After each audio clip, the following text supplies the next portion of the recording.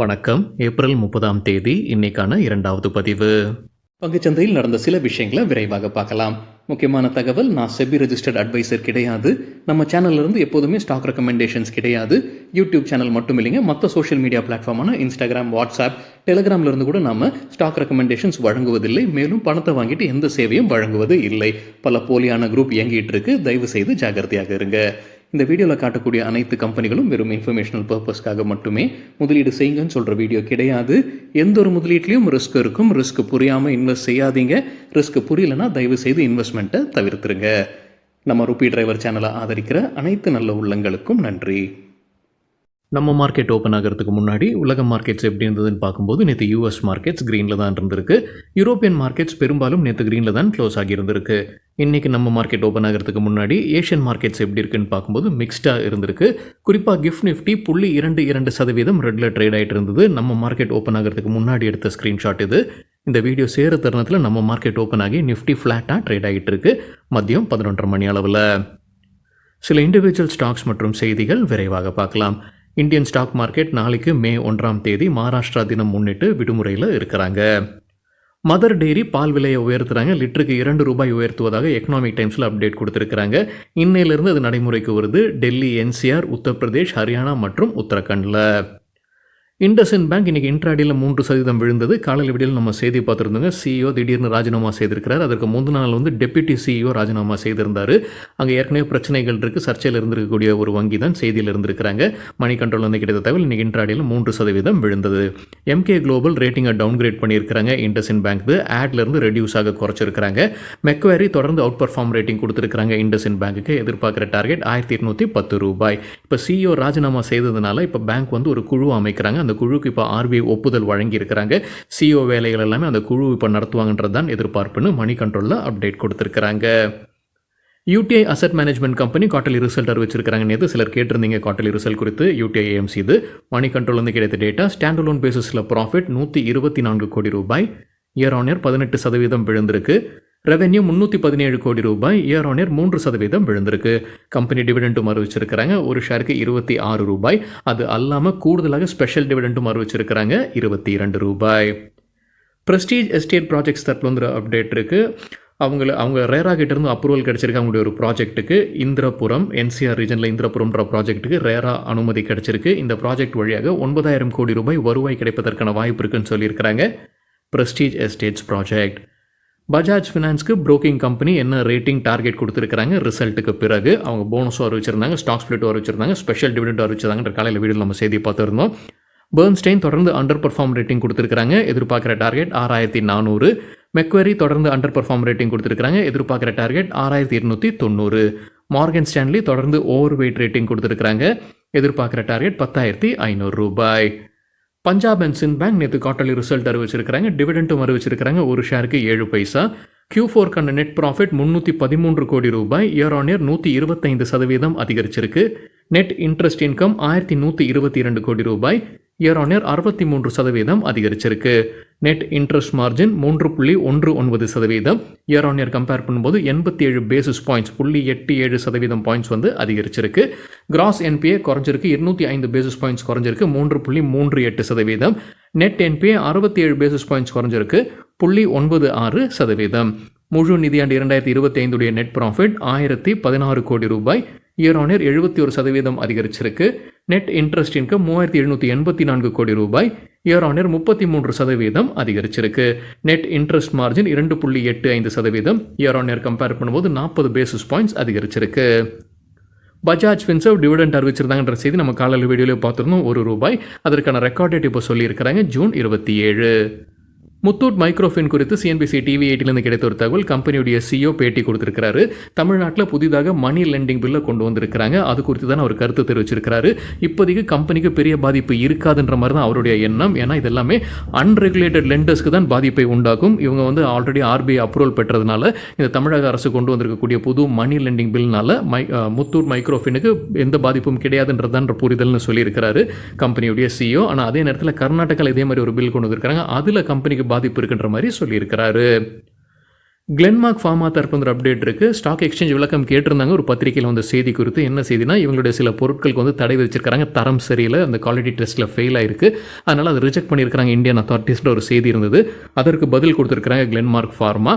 அந்த செய்தியில் வந்திருக்கக்கூடிய ப்ராடக்ட்ஸ் எதுவுமே கிளென்மார்க் ஃபார்மா உற்பத்தி செய்தது அல்ல அப்படின்னு சொல்லியிருக்கிறாங்க. அது எல்லாமே போலியான ப்ராடக்ட்ஸ்ன்னு சொல்லியிருக்கிறாங்க கிளென்மார்க் ஃபார்மா.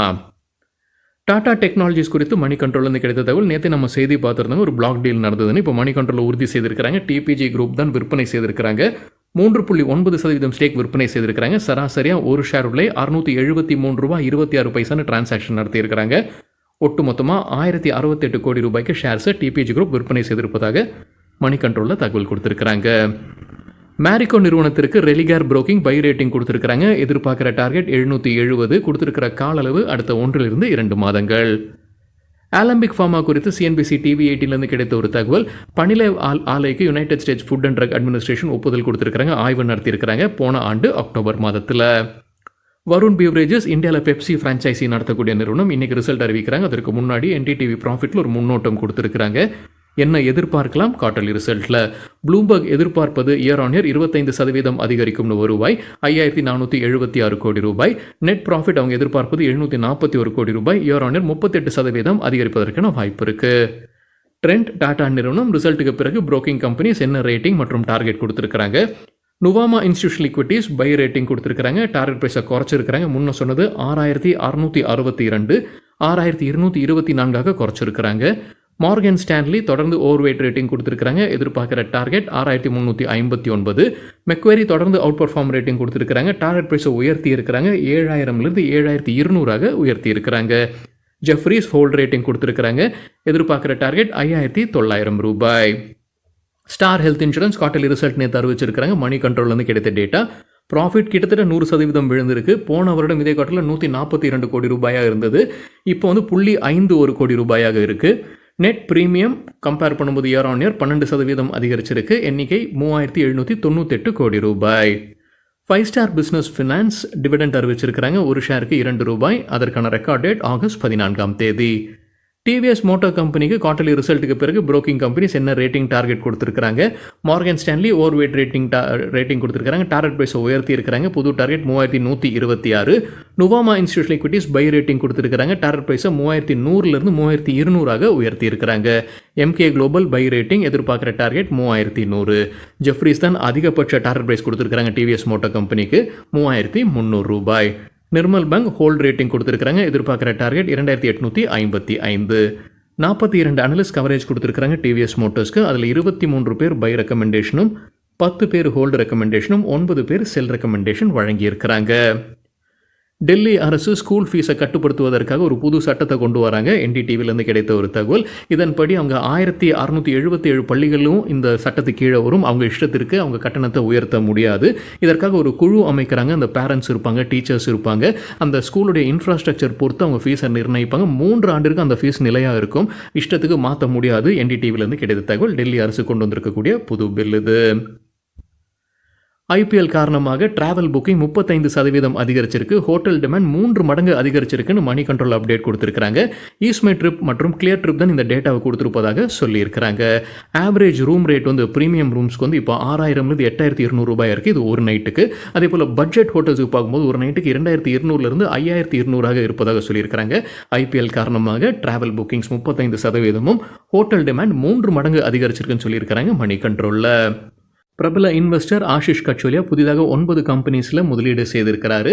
5 ஸ்டாக்ஸில் அவருடைய ஸ்டேக்கை உயர்த்தி இருக்கிறார். சில ஸ்டாக்ஸை விற்பனை செய்திருக்கிறார். மணி கண்ட்ரோல் கிடைத்தது. இது அனைத்துமே மார்ச் குவார்ட்டரில் நடந்தது.